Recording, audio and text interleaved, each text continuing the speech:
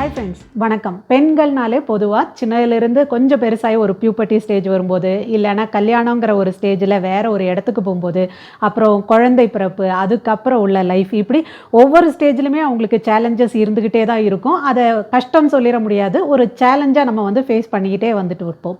So அதே மாதிரி ஒரு 40 அப்படிங்கிற வயசை தொடும்போது, 40 வயசு அப்படின்னு தொடும்போது, அதுக்கப்புறம் திரும்பவும் புது புது சேலஞ்சஸ், நிறைய ஹார்மோன் சேஞ்சஸ்னால அழையா விருந்தாளிகள் நிறைய நம்மளை தாக்குவாங்க. நிறைய சேலஞ்சஸ் இருக்கும். லைக் பெரிமெனோபாஸ் சிம்டம்ஸ், அப்புறம் மெனோபாஸ், அப்புறம் போஸ்ட் மெனோபாஸ். இதில் பார்த்தீங்கன்னா என்னெல்லாம் விஷயம், ஞாபக மறதி, அதே மாதிரி ரொம்ப வெயிட் கெயின் ஆகிறது, ரொம்ப டயர்ட் ஆகிறது, ரொம்ப ஸ்ட்ரெஸ்ஃபுல்லாக மூடு ஸ்விங் ஆகிறது, ரொம்ப கோவப்படுறது, இது மாதிரி நம்ம நிறைய பிரச்சனைகளை ஃபேஸ் பண்ணிகிட்டே வருவோம்.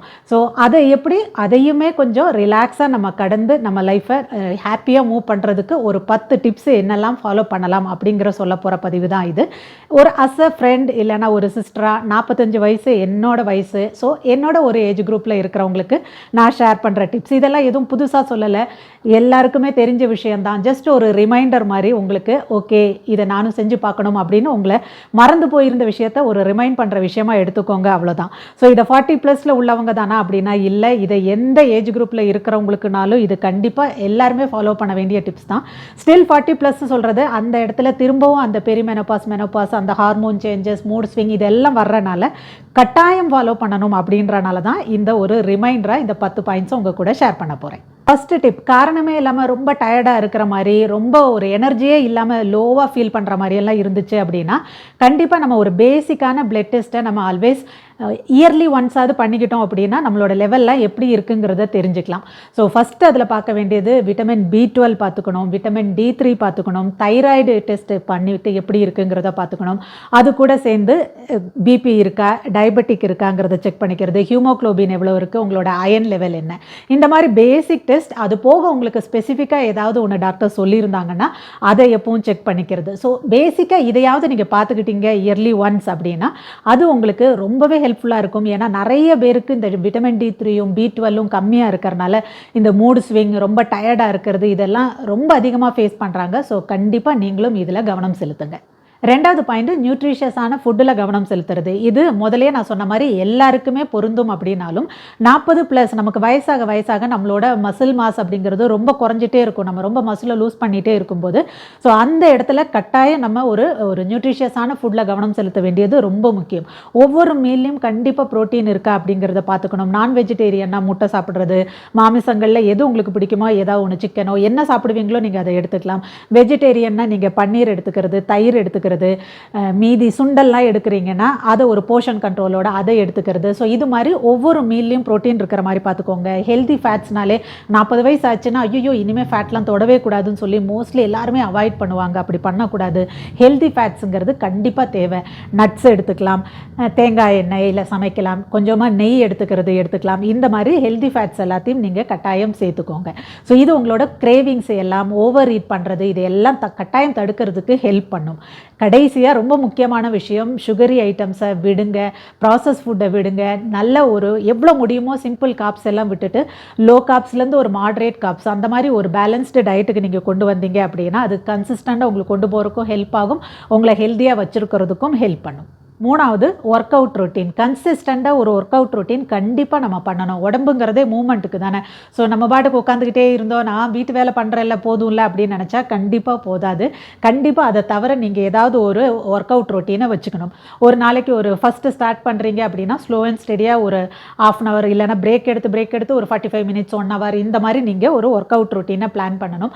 ஸோ ஃபஸ்ட்டு ஒரு கார்டியோவும் அதில் இருக்கிற மாதிரி பார்த்துக்கோங்க. ஒரு சில நாள் கண்டிப்பாக சின்ன சின்ன வெயிட்ஸ் வீட்டில் என்ன இருக்கோ அதை தூக்கிட்டு நீங்கள் வெயிட் ட்ரைனிங்கும் பண்ணணும். முதல்ல சொன்ன மாதிரி மசில் லாஸ் ஆகும்னு சொன்னனால இந்த மாதிரி வெயிட்ஸை தூக்கிட்டு நீங்கள் எக்ஸசைஸ் பண்ணுறது உங்களோட மசிலை லூஸ் பண்ணாமல் ப்ரோட்டீனையும் சேர்த்து நல்லா சாப்பிடும்போது அது உங்களுக்கு நல்ல ஒரு மசிலை ஸ்லைட்டாக கெயின் பண்ணுறக்கும் உங்களோட மெட்டபாலிசத்தை பூஸ்ட் பண்ணுறதுக்கு ஹெல்ப் பண்ணுன்றனால கண்டிப்பாக குட்டி குட்டி வெயிட்ஸ் என்ன இருக்கோ அதை வச்சுட்டு நீங்கள் எக்ஸசைஸ் பண்ண ஸ்டார்ட் பண்ணுங்கள். ஸோ கண்டிப்பாக 1 hour ஒரு ஒர்க் அவுட் ரொட்டீன் அப்படிங்கிறத நீங்கள் வச்சுக்கோங்க.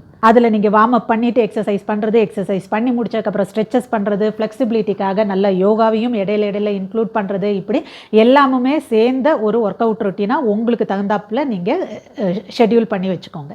4th பாயிண்ட் நம்மளோட ஸ்ட்ரெஸ்ஸை குறைச்சி கொஞ்சம் ரிலாக்ஸாக ஃபீல் பண்ண வைக்கிறதுக்கு ப்ரீத்திங் எக்ஸசைஸை எவ்ரிடே ரொட்டீனில் நீங்கள் இன்க்ளூட் பண்ணிக்கோங்க. ஒரு 5 மினிட்ஸ்லேருந்து ஆரம்பிங்க, 5 to 10 மினிட்ஸ் இல்லைனா ஒரு 15 மினிட்ஸ் வரைக்கும் பண்ண முடியுதுன்னா நீங்கள் காமாக உட்காந்துட்டு அதை கண்டிப்பாக ட்ரை பண்ணி பாருங்கள். பெல்லி ப்ரீத்திங் ட்ரை பண்ணலாம். மைண்ட்ஃபுல்லாக நீங்கள் நல்ல டீப் இன்ஹேல் எக்ஸேல் பண்ணிவிட்டு அப்படியே மெயின்டைன் பண்ணலாம். ஸோ இந்த மாதிரி ரொட்டீனையும் நீங்கள் கண்டிப்பாக ட்ரை பண்ணுங்கள். 5th பாயிண்ட் அவுட்டோர் வாக்கிங் போகிறது. ஸோ நிறைய பேர் என்ன செய்வோம் அப்படின்னா, வீட்டில் ஹோம் மேக்கராக இருக்கும்போது வீட்லேயே எல்லா வேலையும் செய்கிறது, அப்புறம் எக்ஸசைஸ்னாலும் வீட்லேயே மோஸ்ட்லி நான் வீட்டிலே செஞ்சேன், வெளியே போகிற வேலையே இல்லை, என்னையவே எடுத்துக்கிட்டிங்க அப்படின்னா நான் எதுவுமே என்னோட கிளாஸஸ் எல்லாம் ஆன்லைன் கிளாஸஸ், நான் வீடியோ எடுக்கிறது வீட்டுக்குள்ளேயே இருக்கிறது. ஸோ மோஸ்ட்லி நான் அப்படியே வீட்டுக்குள்ளேயே இருந்துருவேன். ஸோ எந்த ஒரு இதுனாலும் ஆன்லைன்லேயே புக் பண்ணிடுறது எல்லாம் வந்துடுது. ஸோ அது அந்த லைஃப் எப்படி ஆயிடுச்சு அப்படின்னா, அந்த அவுட்டோர் வெளியில் போய் வாக் பண்ணுறது அப்படிங்கிறதே நான் இந்த எக்ஸசைஸை எல்லாம் கவர் பண்ணிடுறேன்ல அப்படின்னு சொல்லிட்டு மிஸ் பண்ணேன். ஸோ அது ஒரு பெரிய ஒரு ஸ்ட்ரெஸ்ஃபுல்லாக இருந்துச்சு எனக்கு. ரீசெண்டாக திரும்பவும் என்னோட வாக்கிங் அவுட்டோர் டெய்லி என்ன எக்ஸசைஸ் நான் பண்ணாலும் திரும்ப ஒரு வெளியில் போய் வாக் பண்ணணும் அப்படிங்கிற ஒரு ரொட்டீன் ஸ்டார்ட் பண்ணேன். அது ரொம்ப எனக்கு ஒரு பீஸ்ஃபுல்லாக ரிலாக்ஸாக இருந்தது. ஸோ நீங்கள் எக்ஸசைஸுங்கிறத வீட்டுக்குள்ளேயே இன்டோர்லேயே பண்ணுறவங்க இல்லை வெளியே பெருசாக போகல அப்படின்னு நினச்சிங்கன்னா கூட ஒரு வாக்கிங் ரொட்டீனை வைங்க. அந்த எக்ஸசைஸ்க்கு அப்புறம் அந்த வாக்கிங் பண்ணும்போது உங்களுக்கு மசில்ஸ்க்கெல்லாம் ரெக்கவரிக்கு ரிலாக்ஸ் பண்ணுறக்கும் ஹெல்ப் பண்ணும். அது இல்லாமல் நம்ம வெளியில் போகும்போது பார்க்குற குழந்தைங்க, பெட்ஸு, அவங்க வெளியே போகிற ஆளுங்களை பார்க்கும்போது கூட நமக்கு அந்த மைண்ட் ரொம்ப ஃப்ரெஷ்ஷாக ஃபீல் ஆகும். ஸோ அதை நான் பண்ண தப்பை நீங்கள் பண்ணாதீங்க. என்ன தான் நம்ம ஆக்டிவாக எக்ஸசைஸ் நம்ம வேலை எல்லாமே வீட்டுக்குள்ளே முடிஞ்சிச்சுனாலும் கண்டிப்பாக நம்ம டெய்லி வெளியில் போய் ஒரு வாக்கிங் அப்படிங்கிற ஒரு ரொட்டீனை வச்சோன்னா அது சூப்பராக இருக்கும். ஸோ நீங்களும் மிஸ் பண்ணியிருந்தீங்கன்னா திரும்ப ரீஸ்டார்ட் பண்ணுங்கள். 6th பாயிண்ட் சேம் மைண்டடாக உள்ள பீப்புளை மீட் பண்ணுறது. நம்மளோட ஃப்ரெண்ட்ஸ் யாராவது பக்கத்துலேயே நியர்பைலே இருக்காங்க அப்படின்னா அவங்கள அடிக்கடி மீட் பண்ணுறது. சப்போஸ் அப்படி யாரும் உங்களோட ஃப்ரீக்வன்சிக்கு மேட்ச் ஆகலை, அப்படி எதுவும் பெருசாக ஒரு அந்த மாதிரி மீட்டிங் நடக்க மாட்டேங்குதுன்னு நினச்சா அட்லீஸ்ட் இடையில வீக்லி ஒன்ஸ் ஆர் ட்வைஸ் ஒவ்வொரு ஃப்ரெண்ட்ஸாக நம்மளோட இருப்பாங்கல்ல, ஒவ்வொருத்தருக்கும் ஃபோன் பண்ணி பேசுறது. அந்த பேசி முடிச்சோன்னா ரொம்ப ரிலாக்ஸாக ஃபீல் ஆகும். ஸோ நம்ம பிஸி ஷெட்யூலில் இதெல்லாம் மறந்தே போயிட்டோம். ஸோ நம்மளோட ஃப்ரெண்ட்ஸுக்கும் இம்பார்ட்டன்ஸ் கொடுத்து நம்ம பேசும்போது நமக்கும் நல்லாயிருக்கும், அவங்களுக்கும் நல்லா ஃபீல் ஆகும். ஸோ அந்த மாதிரி உங்களோட ஒரு ரொம்ப சேம் மைண்டடாக ஃப்ரீக்வன்சி மேட்ச் ஆகிற ஃப்ரெண்ட்ஸ் 1-2 பேர் இருந்தாங்க அப்படின்னாலும் அவங்கள்ட்டையும் ரெகுலராக டச்சில் இருங்க.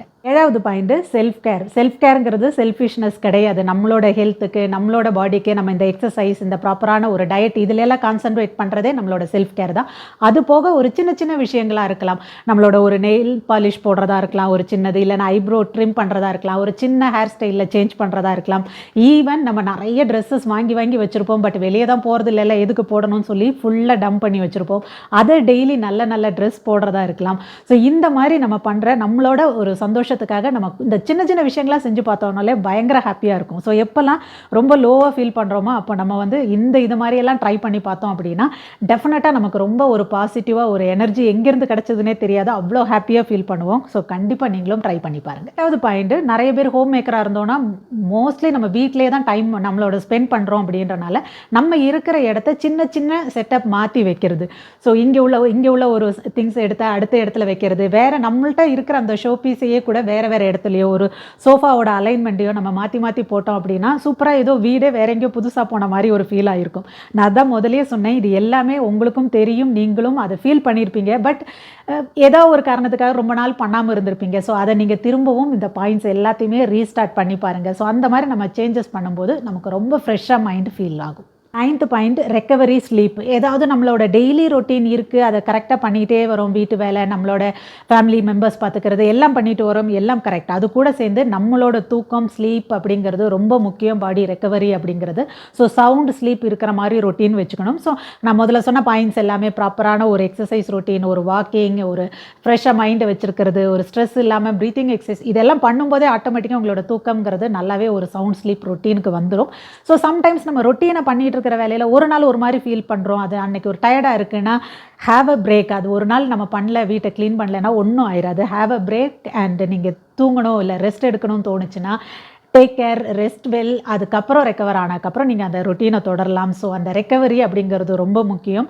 So daily sound sleep routine ஆகட்டும், எப்போமா அது முடியலைன்னா அந்த டைமில் நல்லா ரெஸ்ட் எடுக்கிறதாகட்டும், இதில் எல்லாம் கண்டிப்பாக நீங்கள் கவனம் செலுத்துங்க. 10th point, love your self. நம்ம வீட்டில் இப்போல்லாம் பார்த்தீங்கன்னா நிறைய எல்லாமே ஃபேமிலி பார்ட்னராகட்டும், இல்லைனா ஃபேமிலி மெம்பர்ஸ், நம்ம குழந்தைங்களாகட்டும், எல்லாமே மோஸ்ட்லி அண்டர்ஸ்டாண்டிங்காக இருக்காங்க. அவங்களுமே வந்து இப்போ நிறைய அவேர்னஸ் வந்துருச்சு. இந்த பெரிமெனோபாஸ் டைமில் லேடிஸ்க்கு இப்படி மூட் ஸ்விங் இருக்கும், ஹார்மோன் சேஞ்சஸ் இருக்கும். ஸோ இதனால எல்லாம் அவங்க இப்படி இருப்பாங்க. இந்த ஒரு அவேர்னஸ்ங்கிறது லேடிஸ்க்கு மட்டும் இல்லாமல் ஜென்ஸ்க்கு எல்லாருக்கும் தெரியறனால அவங்களும் எவ்வளவோ சப்போர்ட்டிவாக நமக்கு என்னெல்லாம் சப்போர்ட் பண்ணுமோ பண்ணுறாங்க. ஸோ அப்படி பண்ணுறதுங்கிறது அவங்க ஒரு புஷ் கொடுத்தாலும், ஒரு சப்போர்ட் கொடுத்தாலும், அட் லாஸ்ட் ஹாப்பியாக இருக்கணும் அப்படின்னு நம்ம நினச்சாதான் சந்தோஷமாக இருக்க முடியும். அவங்க என்ன தான் புஷ் பண்ணாலும் நம்மளை வந்து மாற்ற முடியாது. ஸோ நம்ம ஐ லவ் மை செல்ஃப்ங்கிறத நம்ம டெய்லி கண்ணாடி முன்னாடி நின்று சொன்னாலும் சரி, இல்லை நம்ம மைண்டுக்குள்ளேயே ஃப்ரீக்வெண்ட்டாக சொன்னாலும் சரி, நம்மளை நாமளே எப்போ ஒரு லவ் பண்ண ஆரம்பிக்கிறோமோ, நான் ஹாப்பியாக இருக்கேன், நான் பிளெஸ்டாக இருக்கேன், நான் கிரேட்ஃபுல்லாக இருக்கேன் அப்படின்னு நினச்சோம் அப்படின்னா தான் நமக்கு அந்த சந்தோஷங்கிறது வரும். ஸோ இப்போ சொன்ன பாயிண்ட்லலாம் நான் ரொம்ப பர்ஃபெக்ட்னு சொல்ல, நான் முதலே சொன்ன மாதிரி ஒரு வாக்கிங் ரொட்டீன்ங்கிறது சுத்தமாக விட்டுட்டு இப்போ ஆரம்பிச்சிருந்தேன். ஸோ இது மாதிரி எல்லாரும் ஏதாவது ஒன்று செஞ்சுக்கிட்டு இருந்திருப்போம், திரும்ப விட்டுருப்போம், செய்வோம், விடுவோம். இதுதான் நம்மளோட ஒரு மோஸ்ட்லி நம்மளோட ஒரு விஷயமாகவே இருந்திருக்கும். கன்சிஸ்டண்ட்டாக கொண்டு போயிருந்திருக்க மாட்டோம். ஸோ இந்த பாயிண்ட்ஸில் எங்கே நீங்கள் மிஸ் பண்ணீங்க, எங்கே ரொம்ப ஒரு பெரிய கேப் விட்டீங்கன்னு தெரிஞ்சு அதை திரும்ப ரீஸ்டார்ட் பண்ணி பாருங்கள். உங்களுக்கு இது பிடிச்சிருந்ததுன்னா நீங்களும் ஃபாலோ பண்ணுங்கள். உங்கள் ஃப்ரெண்ட்ஸ் அண்ட் ஃபேமிலி கூட இந்த வீடியோவை நிறைய ஷேர் பண்ணி விடுங்க. இதே மாதிரி மட்டும் ஒரு இன்ட்ரெஸ்டிங் டாப்பிக்கோட அடுத்த பதிவில் சந்திப்போம். நன்றி.